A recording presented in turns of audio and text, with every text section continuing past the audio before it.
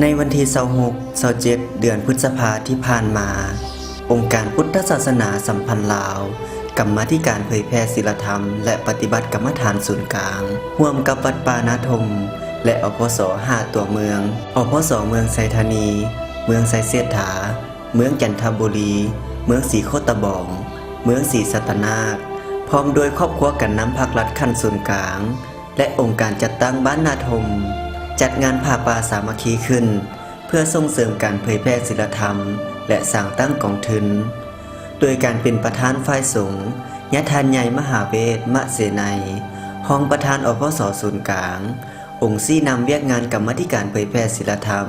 และปฏิบัติกรรมฐานประธานฝ่ายคารวาสท่านป้าบัวไหลจิตมณี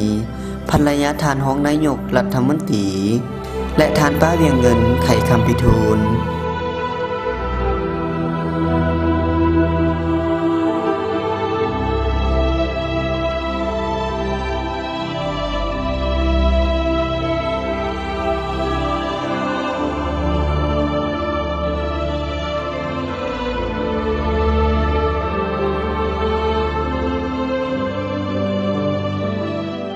ในตอนเช้าของวันที่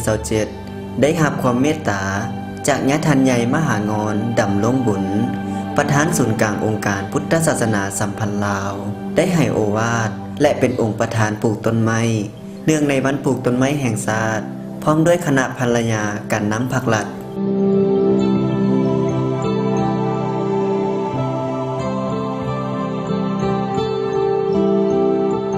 ด้วยแห่งศรัทธาจากทุกภาคส่วน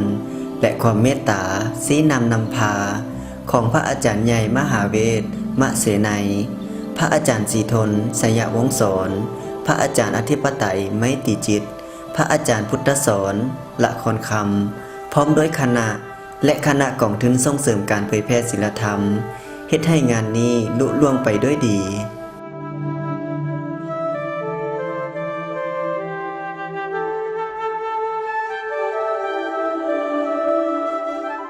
พุทธศาสนิกชนสามารถร่วมสมทบทุนได้ที่ห้องการกรรมาธิการเผยแพร่ศีลธรรมและปฏิบัติกรรมฐานศูนย์กลางวัดธาตุหลวงเหนือหรือสามารถโอนผ่านบัญชีโดยกลุ่มได้ที่